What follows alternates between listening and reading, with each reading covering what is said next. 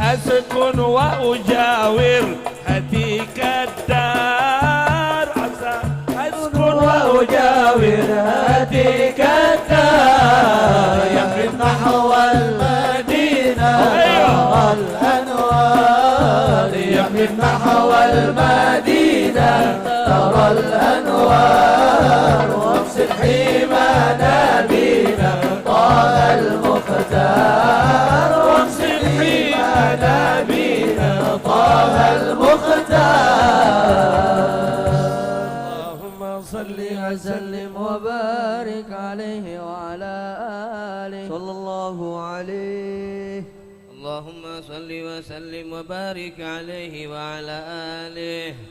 فقد آن للقلم أن يخط ما حركه فيه الأنامل مما استفاده الفهم من صفات هذا العبد المحبوب الكامل صلى الله عليه وشمائله التي هي أحسن شمائل وحنها سنن نثبت ما بلغ إلينا في شأن هذا الحبيب من أخبار وآثار ليتشرف بكتابته القلم والقرطاس وتتنزه في حدائقه الأسمع والأبصار. فقد بلغنا في الأحاديث المشهورة أن أول شيء خلقه الله هو النور المودع في هذه السورة. فنور هذا الحبيب أول مخلوق برز في العالم ومنه تفرع الوجود خلقا بعد خلق فيما حدث وما تقادم. وقد أخرج عبد الرزاق بسند عن جابر بن عبد الله الأنصاري رضي الله عنهما قال: قلت يا رسول الله بأبي وأمي أخبرني عن أول شيء خلقه الله قبل الأشياء. قال: يا جابر إن الله خلق قبل الأشياء نور نبيك محمد صلى الله عليه وسلم من نوره صلى الله عليه وسلم. وقد ورد من حديث أبي هريرة رضي الله عنه أنه قال: قال رسول الله صلى الله عليه وسلم: كنت أول النبيين في الخلق وآخرهم في البعث. وقد تعددت الروايات بأنه أول الخلق وجودا وأشرفهم مولودا.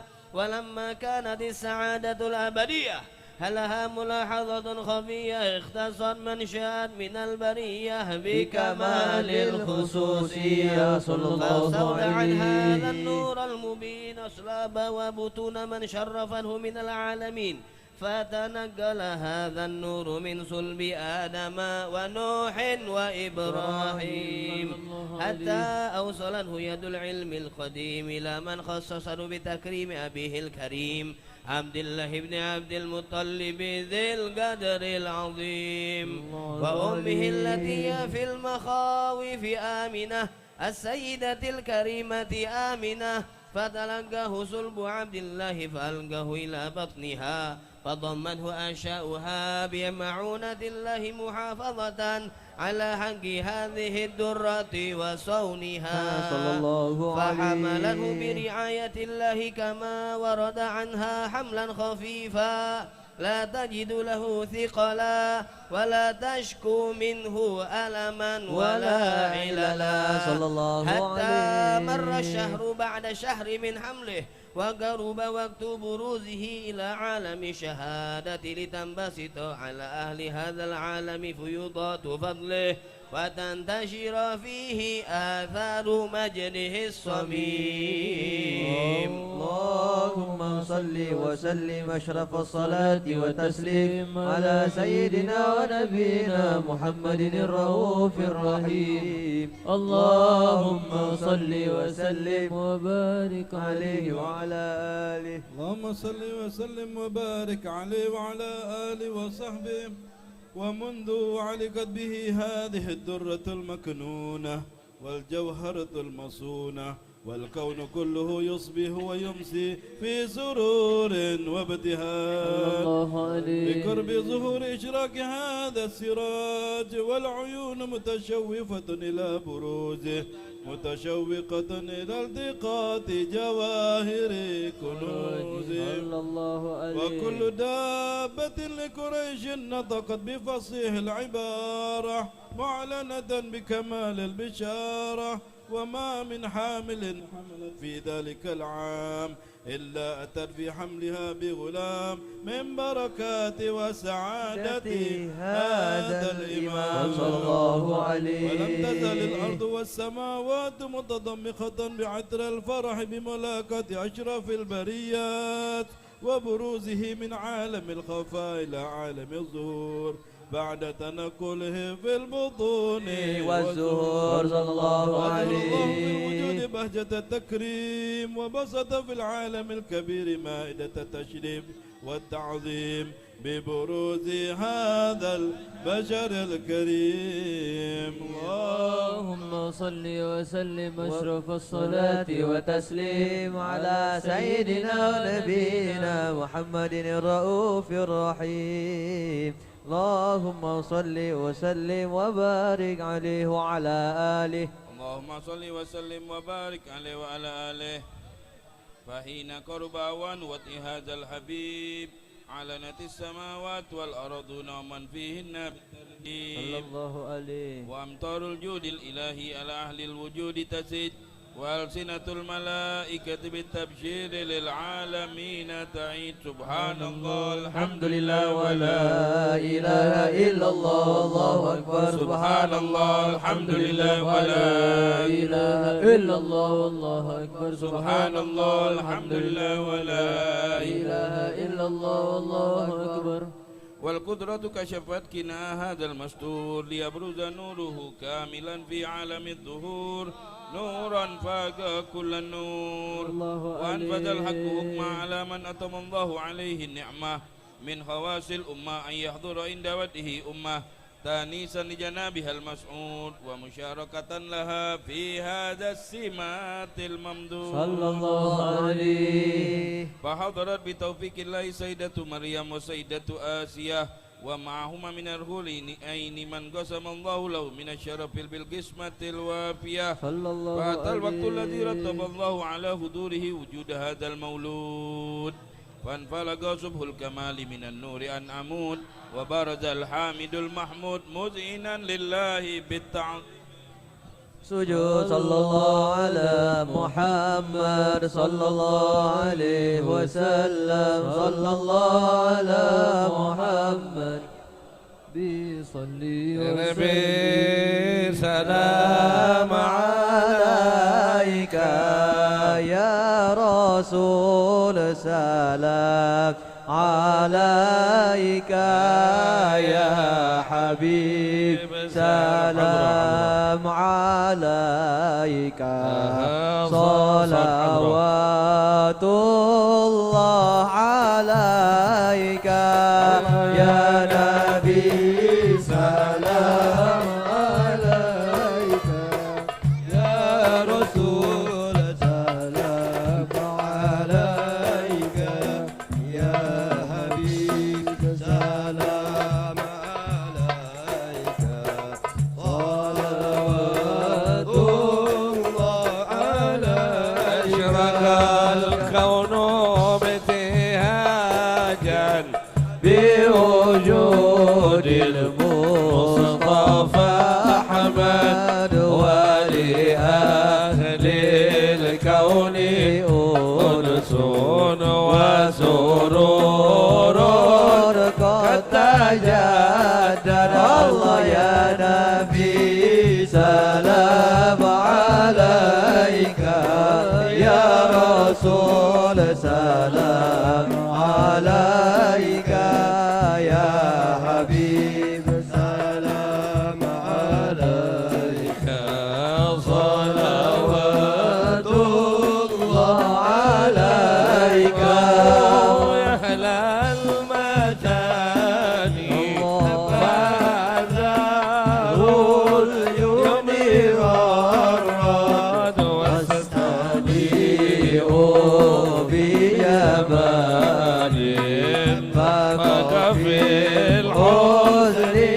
تفرد الله يا نبي سلام عليك يا رسول سلام عليك يا حبيب سلام عليك صلوات الله عليك ولنا البشرى بسعد مستمر ليس ينفد حيث أوتينا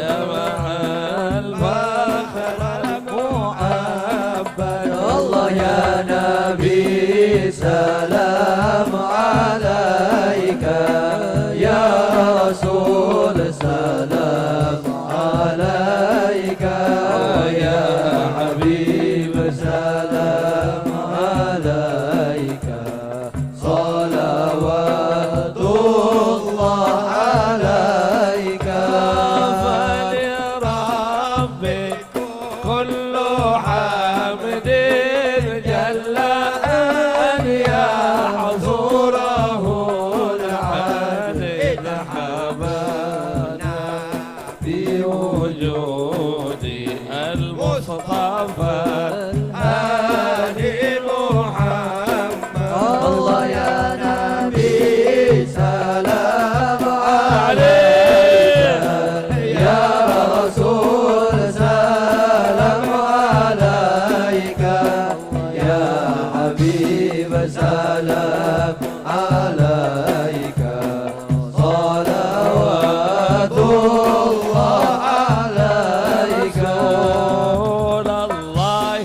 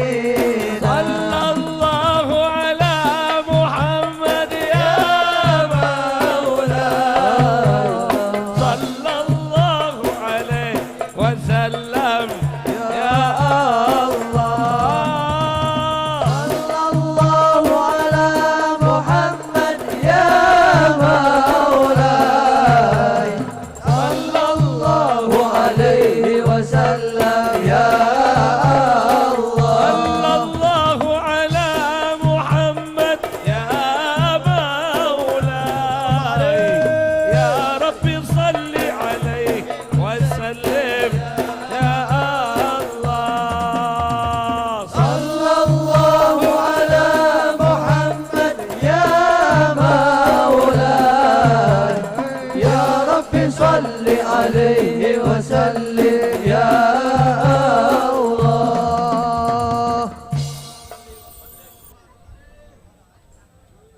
صلوا على النبي.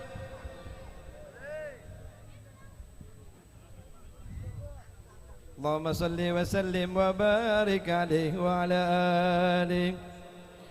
ولقد اتصف صلى الله عليه وسلم من محاسن الأخلاق بما تضيق عن كتابته بطون الأوراق. كان صلى الله عليه وسلم أحسن الناس خلقا وخلقا، وأولهم إلى مكارم الأخلاق سبقا، وأوسعهم بالمؤمنين حلما ورفقا. برا رؤوفا لا يقول ولا يفعل إلا معروفا، له الخلق السهل واللفظ المحتوي على المعنى الجزء. إذا دعاه المسكين أجابه إجابة معجلة، وهو الأب الشفيق الرحيم لليتيم والأرملة. ولو مع سهولة أخلاقه الهيبة القوية التي ترتعد منها فرائس الأقوياء من البرية، ومن نشر طيبه تعترت الترك والمنازل، وبعرف ذكره تطيبت المجالس والمحافل. فهو صلى الله عليه وسلم جامع الصفات الكمالية، والمنفرد في خلقه وخلقه بأشرف خصوصية. فما من خلق بالبرية محمود إلا وهو متلقى عن زين الوجود. أجملت في وصف الحبيب وشأنه، وله العلا في مجده ومكانه. أوصاف عز قد تعالى مجدها أخذت على نجم السها بإنانه. وقد انبسط الكلام في تدوين ما أفاده العلم من وقائع مولد النبي الكريم، وحكاية ما أكرمه الله به هذا العبد المقرب من التكريم والتعظيم والخلق العظيم. فحسن مني أن أمسك عنة الأقلام في هذا المقام، وأقرأ السلام على سيد الأنام. السلام عليك أيها النبي ورحمة الله وبركاته. السلام عليك أيها النبي ورحمة الله وبركاته. السلام عليك أيها النبي ورحمة الله وبركاته. وبذلك يحسن الختم كما يحسن التقديم، فعليه أفضل الصلاة والتسليم. اللهم صل وسلم أشرف الصلاة والتسليم.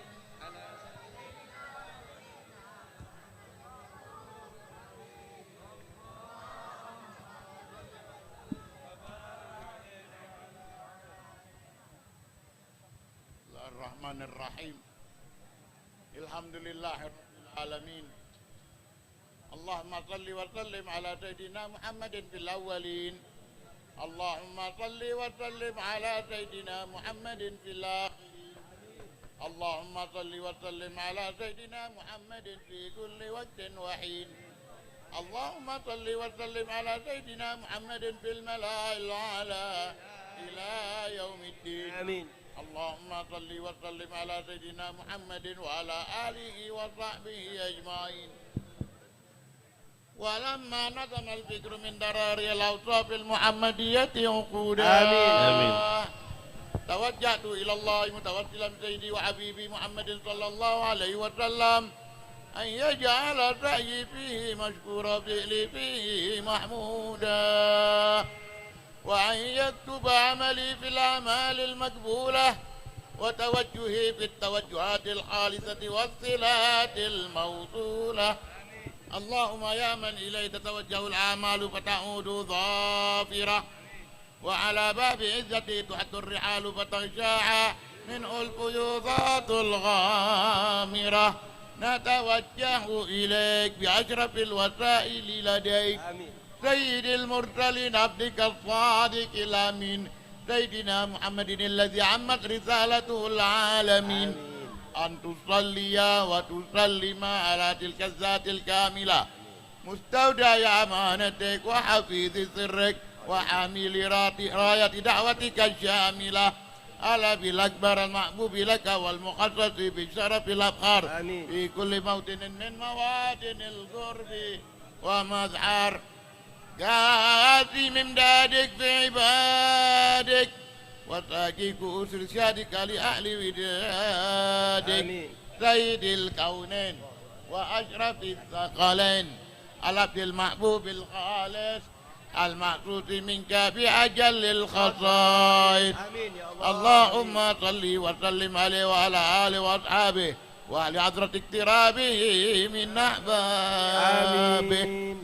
اللهم إنا نقدم إليك جاه هذا النبي الكريم ونتوسل إليك بشرف مقامه العظيم أن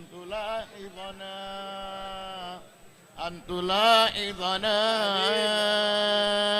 أن تلاحظنا في حركاتنا وسكناتنا بعين عنايتك آمين. وأن تحفظنا في جميع أطوارنا وتقلباتنا بجميل رعايتك وحسن وقايتك آمين. وأن تبلغنا من شرف القرب إليك وإلى هذا الحبيب غاية آمالنا آمين. وتتقبل منا ما تحركنا فيه من نياتنا وأعمالنا آمين. وتجعلنا في حضرة هذا الحبيب من الحاضرين وفي طرائق اتباعه من السالكين ولحقك وحقه من المؤدين ولعهده من الحافظين.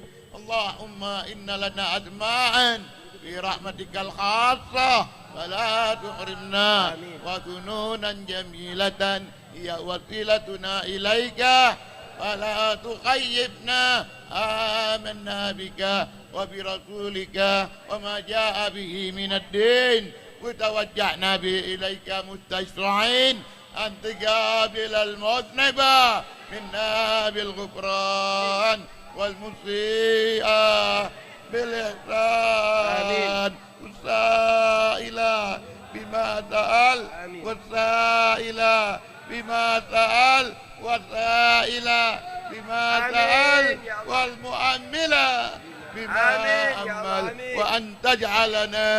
وأن تجعلنا ممن نصر هذا الحبيب وواذره ووالاه وظاهره وأم ببركته أولادنا ووالدينا وأهل قدرنا ووادينا وجميع المسلمين والمسلمات والمؤمنين والمؤمنات في جميع الجهات وأدم راية الدين القويم في جميع الأقطار منشورة ومعالم الإسلام والإيمان بأهلها مأمورة معنى وصورة شف اللهم كربة المكروبين واقضي دين المدينين واغفر للمذنبين واغفر للمذنبين واغفر للمذنبين وتقبل توبة التائبين وانشر رحمتك على عبادك المؤمنين أجمعين واكفي شر المعتدين والظالمين واسقط العدل بولاة الحق في جميع النواحي والأقطار وأيدهم بتأييد من عندك ونصر على المعاندين من المنافقين والكفار وأيد حبيبنا الحبيب محمد رزق بن حسين بن شهاب بتأييد من عندك ونصر على المعاندين من المنافقين والكفار وأيد حبيبنا الحبيب محمد رزق بن حسين بن شهاب بتأييد من عندك ونصر على المعاندين من المنافقين والكفار وأيد حبيبنا الحبيب محمد رزق بن حسين بن شهاب بتأييد من عندك ونصر على المعاندين من المنافقين والكفار واجعلنا يا رب بالحسن العظيم من جميع البلايا واجعلنا يا رب بالحسن العظيم من جميع البلايا واجعلنا يا رب بالحسن العظيم من جميع البلايا وبالحسن المكين من الذنوب والخطايا وأدمنا بالعمل بطاعتك والصدق في خدمتك قائمين وإذا توفيتنا وتوفنا مسلمين مؤمنين واختم لنا منك بخير أجمعين وصل وسلم على هذا الحبيب المحبوب للأجسام والأرواح والقلوب وعلى آله وصحبه ومن إليه منسوب وآخر دعوانا الحمد لله رب العالمين.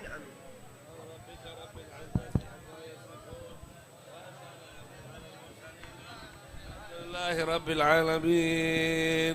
الفجر قبول بحقي وبجاي سيد الرسول صلى الله عليه وسلم. الفاتحة.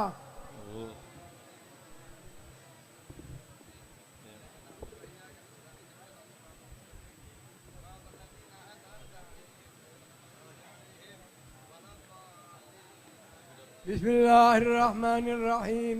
الحمد لله رب العالمين. اللهم صل وسلم وبارك وكرم على سيدنا محمد وعلى آل سيدنا محمد. يا مهيمن يا سلام سلمنا والمسلمين بالنبي خير الأنام وبأم المؤمنين يا قوي يا متين اكفي شر الظالمين. سبحان ما يصفون وسلام على المرسلين والحمد لله رب العالمين.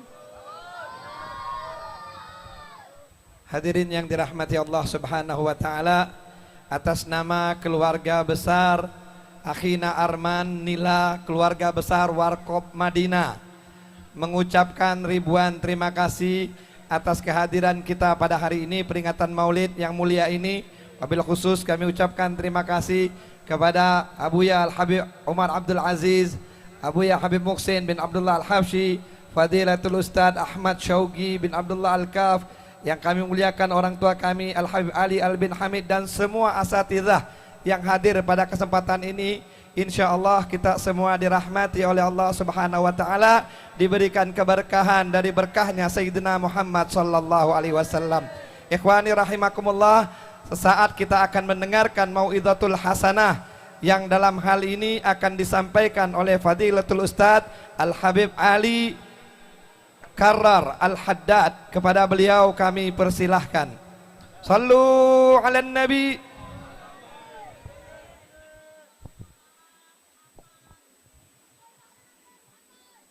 Bismillahirrahmanirrahim. Assalamualaikum warahmatullahi wabarakatuh.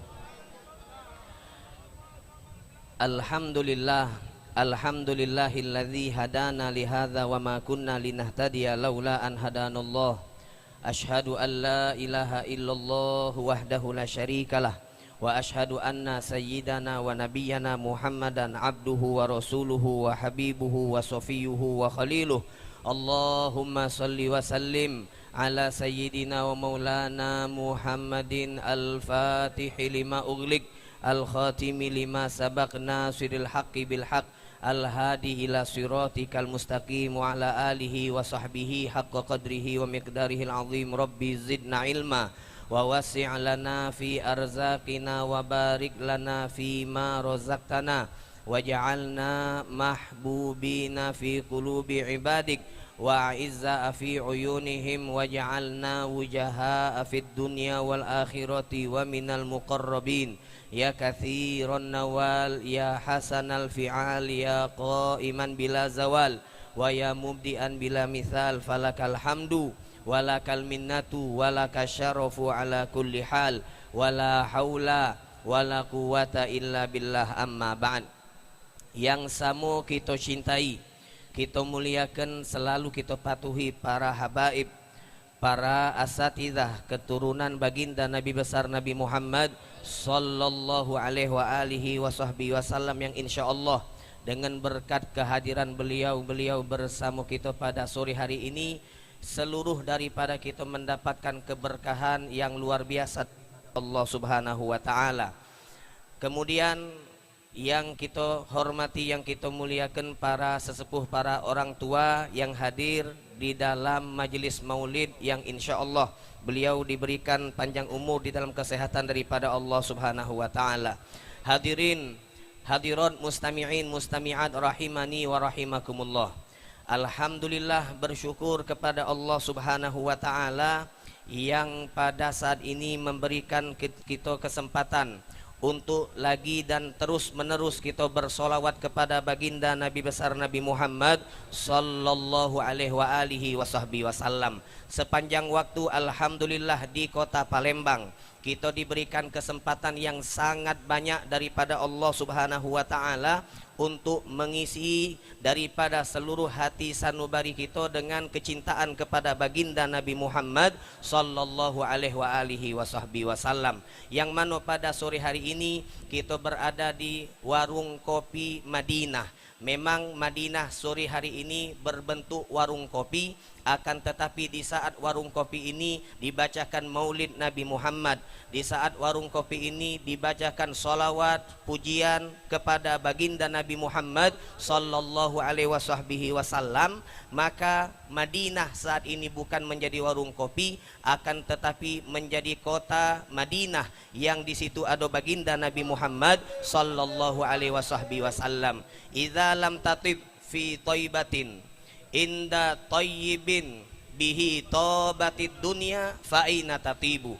Dikatakan oleh syair, idza lam tatib, jikalau engkau tidak tentrem, jikalau engkau tidak bahagia, fi thaibatin, di saat engkau berada di kota Thaibah yaitu kota Madinah, inda tayyibin, yang mana di kota Madinah, di kota Thaibah tersebut terdapat thayyibin yaitu baginda Nabi Muhammad sallallahu alaihi wasallam, bihi tobatid dunia, bihi muqaddam, bihi hanya dengan Nabi Muhammad sallallahu alaihi wasallam, tiada lain, hanya dengan Nabi Muhammad sallallahu alaihi wasallam tobatid dunia, dunia yang menjadi tempat tinggal kita sementara ini menjadi tobat, menjadi gembira, menjadi berbahagia, menjadi tentram, menjadi tempat kesenangan, karena di situ ada baginda Nabi Muhammad sallallahu alaihi wasallam. Jikalau kita yang hadir pada saat ini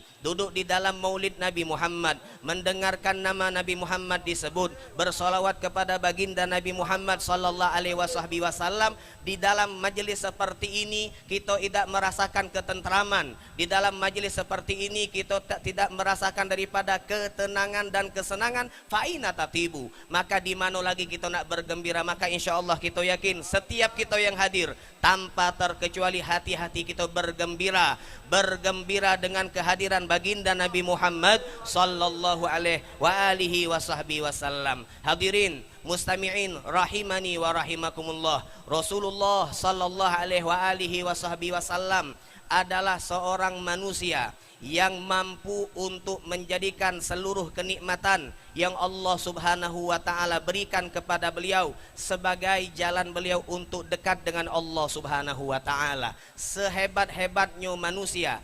semulia-mulianya manusia, yaitu yang mampu untuk menggunakan seluruh kenikmatan sebagai fasilitas dia untuk dekat, untuk dicintai oleh Allah Subhanahu wa taala. Maka hadirin mustami'in rahimani wa rahimakumullah, mata penglihatan Nabi Muhammad sallallahu alaihi wasallam adalah mata yang selalu beribadah kepada Allah. Lisan Nabi Muhammad sallallahu alaihi wasallam adalah lisan yang selalu beribadah kepada Allah. Pendengaran Nabi Muhammad sallallahu alaihi wasallam adalah pendengaran yang selalu beribadah kepada Allah Subhanahu wa taala.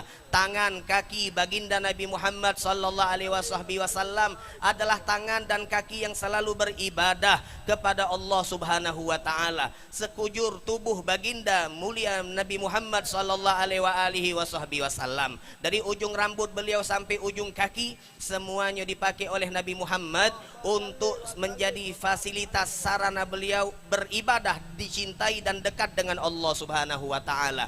Kemudian hadirin mustami'in rahimani wa rahimakumullah, bukan sekedar tubuh baginda Rasulullah yang selalu beribadah ketika beliau mendapatkan kenikmatan, apapun bentuk kenikmatan tersebut, besar atau kecil kenikmatan tersebut, maka nikmat tadi langsung dijadikan oleh Rasulullah sebagai peluang beliau untuk dekat, peluang beliau untuk lebih dicintai oleh Allah Subhanahu wa taala. Maka disebutkan oleh Al-Habib Ali bin Muhammad bin Hussein Al-Habsyi di dalam menceritakan tentang sosok mulia baginda Nabi Muhammad sallallahu alaihi wasallam, fi halatil jud talqal jud kal matori. Nabi Muhammad sallallahu alaihi wasallam ketika beliau mendapatkan nikmat berupa harta ataupun kekayaan, maka harta kekayaan tersebut tidak pernah dinikmati secara pribadi oleh baginda Nabi Muhammad sallallahu alaihi wasallam. Akan tetapi harta kekayaan yang Allah berikan kepada Nabi Muhammad sallallahu alaihi wasallam seluruhnya diberikan oleh baginda Rasulullah untuk para sahabat-sahabat beliau, untuk orang-orang yang membutuhkan daripada pengikut-pengikut beliau baginda Nabi Muhammad sallallahu alaihi wasallam. Sampai di kisah disebutkan oleh Al-Habib Ali fi halatil jud, kalau beliau dalam keadaan dermawan ataupun memberikan, beliau melakukan sodakoh, memberikan daripada santunan, talqal jud kal matori, maka engkau akan melihat daripada kedermawanan baginda Nabi Muhammad sallallahu alaihi wasallam ibarat air hujan yang tidak mutus. Hujan itu tidak mutus terus. Begitulah Nabi Muhammad sallallahu alaihi wasallam di dalam melakukan daripada sodakoh. Maka hadirin, disampaikan ataupun disebutkan di dalam sebuah kisah yang dialami oleh sebagian sahabat Rasulullah sallallahu alaihi wasallam sebelum beliau itu masuk ke dalam agama Allah yang didakwahkan oleh baginda Nabi Muhammad sallallahu alaihi wasallam. Maka sahabat atau calon sahabat tersebut melihat Nabi Muhammad mendapatkan qati' minal ghanam. Beliau mendapatkan daripada rampasan perang yang sangat banyak berupa ratusan bahkan ribuan kambing. Maka waktu itu ada seorang badui yang menghadap Rasulullah sallallahu alaihi wasallam, lalu dia mengatakan kepada Nabi Muhammad, ya ta'ajjab, alangkah banyaknya kambing yang kau punya wahai Muhammad. Waktu itu dia belum masuk Islam. Maka Nabi Muhammad sallallahu alaihi wasallam ngomong kepada badui tadi, kau pengen apa galo-galo kambing itu aku unjukkan ke kau. Maka orang ini langsung ngomong kepada Nabi Muhammad sallallahu alaihi wasallam, atas tahzibi intini penesan apa samuana. Lah, kata Nabi Muhammad sallallahu alaihi wasallam, seluruh daripada kambing yang kau jingok di lembah ini menjadi milik engkau. Maka badui tadi saking senangnya mendapatkan pemberian dari baginda Nabi Muhammad sallallahu alaihi wasallam, dia langsung menjulurkan beliau punya tangan, mengucapkan 2 kalimat syahadat, kemudian dia balik ke kampungnya, lalu dia berdakwah mengatakan kepada wong yang ada di kampung tersebut, aku baru balik dari seseorang yang jikalau dia memberikan pemberian maka la yakhshal faqr. Orang tersebut di saat memberikan pemberian tidak sedikit pun takut terhadap kefakiran. Itulah sosok baginda Nabi Muhammad sallallahu alaihi wasallam. Maka hadirin mustami'in rahimani wa rahimakumullah, begitulah yang seharusnya dilakukan oleh kita umat Nabi Muhammad sallallahu alaihi wasallam. Setiap kenikmatan yang kita dapatkan daripada Allah Subhanahu wa taala itu merupakan peluang kita untuk mendapatkan kedekatan dengan Allah, peluang kita untuk mendapatkan kecintaan dari baginda Nabi Muhammad sallallahu alaihi wasallam. Tadi barusan kita mengaminkan doa yang diulangi oleh Al-Habib Umar Abdul Aziz bin Abdurrahman bin Syahab yang diuntaikan oleh Al-Habib Ali bin Muhammad bin Husain Al-Habsyi, wasaila bima sa'al wal muammila bima ammal. Beliau tadi mengulangi 3 kali, wasaila bima sa'al, wasaila bima sa'al, wasaila bima sa'al. Apa maksud daripada ucapan tersebut? Al-Habib Ali mengajarkan kepada kita di tempat maulid seperti ini untuk banyak-banyak kita berdoa kepada Allah, untuk banyak-banyak kita bermunajat kepada Allah. Karena di dalam maulid seperti ini akan banyak sekali rahmat kasih sayang Allah Subhanahu wa taala yang Allah peruntukkan bagi mereka yang hadir di dalam acara maulid seperti ini.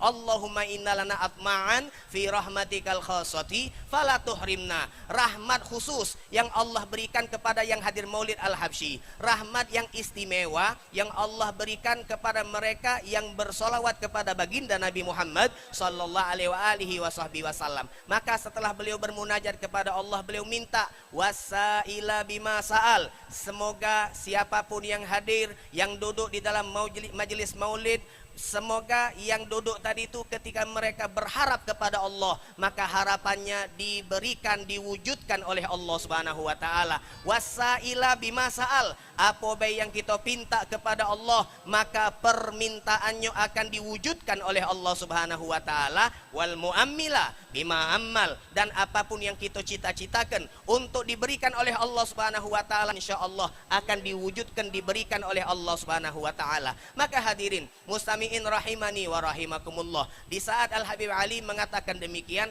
beliau ngenjuk kita doa yang paling ajib, cita-cita yang paling ajib. Kalau kita pengen minta kepada Allah, maka jangan nanggung-nanggung mintanya kepada Allah Subhanahu wa taala. Kalau kita punya cita-cita kepada Allah Subhanahu wa taala, maka cita-citanya jangan yang endep-endepan.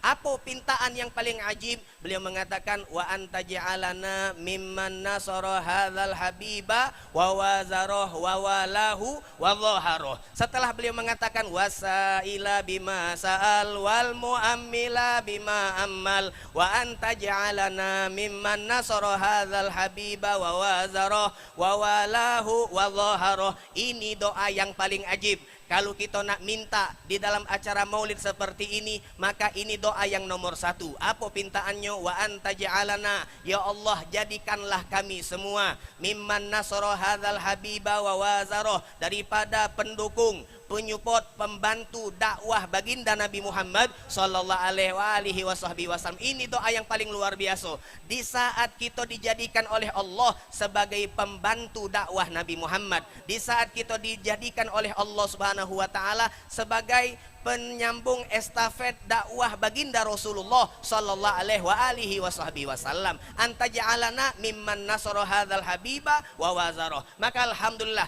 di depan kita saat ini yang antum lihat, banyak daripada yang ada di kota Palembang, para asatidzah, para habaib, para kiai, para ulama yang mereka meneruskan perjuangan dakwah baginda Nabi Muhammad sallallahu alaihi wasallam dengan ilmu-ilmu barokah yang mereka pelajari, yang mereka dapatkan dari guru-guru mereka. Maka mereka inilah yang telah dijadikan oleh Allah Subhanahu wa taala mimman nasara hadzal habiba wa wazarah. Kemudian hadirin, kalaupun ada daripada kita yang tidak ditakdirkan oleh Allah untuk jadi ustadz, karena minta maaf sekarang ini banyak wong yang ngustad, bukan ustadz tapi ngustad, bajunya, kemudian kopiannya pakai syal, kaget di kampung dia bukan ustadz tapi ngustad. Na'udzubillah, hati-hati. Kadang-kadang dia yang tidak dijadikan sebagai ustadz, tidak diberikan kesempatan kemuliaan oleh Allah untuk menjadi orang yang menyampaikan ilmu, tetapi dia diberikan kesempatan untuk wong yang menimba ilmu. Maka hadirin, antum di kota Palembang banyak yang menjadi aktivis majelis, duduk di dalam majelis taklim yang diisi oleh para ulama, para habaib. Maka ilmu-ilmu yang antum pelajari, yang antum dapatkan dari majelis tersebut, itu adalah modal antum untuk dekat dengan Allah, modal antum untuk dekat dengan baginda Nabi Muhammad sallallahu alaihi wasallam. Kemudian kalaupun ada wong yang hadir di sini tidak bisa dia rutin hadir majelis taklim, seminggu sekali tidak baca, 2 minggu sekali tidak baca, sebulan sekali tidak baca, jarang-jarang dia duduk di majelis taklim, dia lebih sibuk dengan urusan-urusan duniawiyah. Maka ketahuilah apa yang Allah berikan kepada antum, dan dengan duduknya antum di toko ataupun di warung dan seterusnya, antum mendapatkan kemudahan rezeki daripada Allah Subhanahu wa taala, maka muliakanlah rezeki tersebut. Jadikanlah rezeki tersebut menjadi rezeki yang mulia, bukan dunia yang dihinakan oleh Allah, bukan dunia yang dihinakan oleh Nabi Muhammad sallallahu alaihi wasallam. Ketika kita tidak mampu jadi ustaz, kita tidak mampu duduk lama-lama di majlis taklim, tetapi kita mampu untuk duduk lama-lama di toko, maka itu merupakan peluang yang Allah berikan kepada antum sekalian, yang keadaannya seperti ini. Rezeki yang antum dapatkan daripada Allah Subhanahu wa taala, jadikanlah rezeki tersebut anta ja'alana mimman nasara hadzal habiba wa wazarah. Jadikanlah duit ataupun harta kekayaan yang kita dapatkan dari Allah sebagai penyupport dakwah, penyupport, pembantu estafet dakwah baginda Nabi Muhammad sallallahu alaihi wasallam. Maka jikalau kita mampu untuk menggunakan seluruh fasilitas yang Allah berikan kepada kita, daripada kenikmatan zahir, kenikmatan batin yang Allah berikan kepada kita untuk menjadi pembantu estafet penerus dakwah baginda Nabi Muhammad sallallahu alaihi wasallam, maka insya Allah kita akan dimuliakan oleh Allah Subhanahu wa taala, dimuliakan dan dekat dengan baginda Nabi Muhammad sallallahu alaihi wasallam. Allahumma inna lana atma'an fi rahmatikal khassati fala tuhrimna wa dhununan jamilatan hiya wasilatuna ilaika fala tukhayyibna. Amanna bika wa bi rasulika wa ma ja'a bihi minad-din wa tawajjahna bihi ilaika mustashfi'in an tuqabilal mudniba minna bil ghufran wal musi'a bil ihsan was-sa'ila bima sa'al wal mu'ammila bima ammal wa anta ja'alana mimman nasara hadzal habiba wa wazarah wa walahu wa dhaharah. Insyaallah semua dosa kita diampuni oleh Allah, kesalahan kita dihapuskan oleh Allah, keinginan kita diwujudkan oleh Allah Subhanahu wa taala, dan seluruh daripada kita insyaallah mampu untuk memaksimalkan seluruh daripada nikmat-nikmat sebagai sarana kita untuk dekat dengan Allah, sarana kita untuk dekat dengan baginda Nabi Muhammad sallallahu alaihi wasallam. Wafat kita dalam keadaan husnul khatimah, di surga kita bersama baginda Nabi Muhammad sallallahu alaihi wasallam. Amin amin ya rabbal alamin. Allahumma la tahrim khaira ma indaka li syarri ma indana fadlan wa ihsana wa sallallahu ala sayyidina wa maulana Muhammadin wa alihi wa sahbihi wa sallama walhamdulillahi rabbil alamin wa lafu minkum. Wassalamu alaikum warahmatullahi wabarakatuh. Jazakumullah khairan katsira pada Al-Habib Ali Karwal Al-Haddad. Sebelum kita tutup dengan talqinul dzikir, kami sampaikan bahwa majelis sore hari ini merupakan majelis penutup pada tahun ini Maulid sore hari. Insyaallah bertemu kembali kita di tahun yang akan datang fi khair wa lutuf wa afiyah insyaallah. Mudah-mudahan Allah mematti'na bi ulama'ina wa salahaina wa habaibina.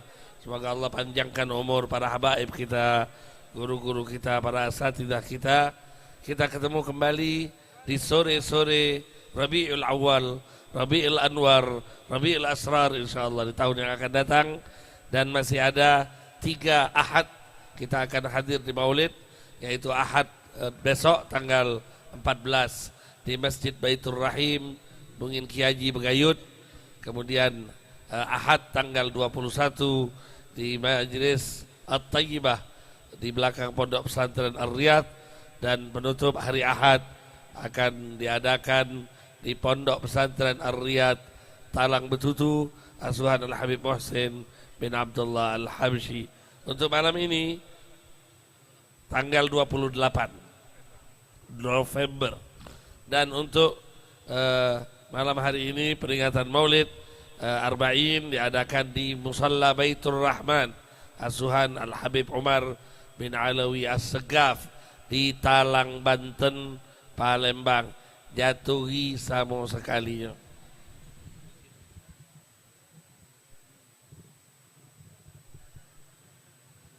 Bismillahirrahmanirrahim. Bismillah walhamdulillah wa la ilaha illallah wa sallallahu ala rasulillah. Qala Rasulullah sallallahu alaihi wa alihi wasallam, afdalu ma qultu ana wan nabiyyuna min qabli la ilaha illallah.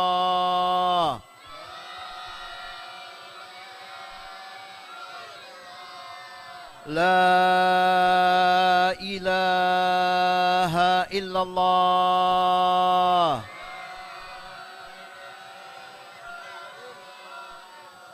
La ilaha illallah. Muhammadur Rasulullah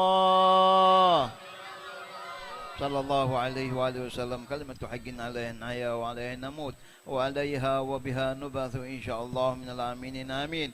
اللهم اجعل جمعنا هذا جمعا مرحوما وتبرقنا من بعده تبرقا معصوما ولا تجعلنا وممعنا وحوالينا شقيا مطرودا ومحروما. وصلى الله على سيدنا محمد وعلى آله وصحبه وسلم والحمد لله رب العالمين. بسر الفاتحة.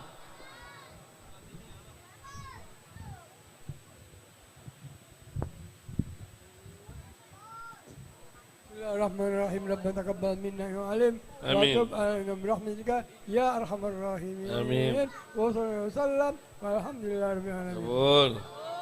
لي بالمدينة أحباب إذا نظروا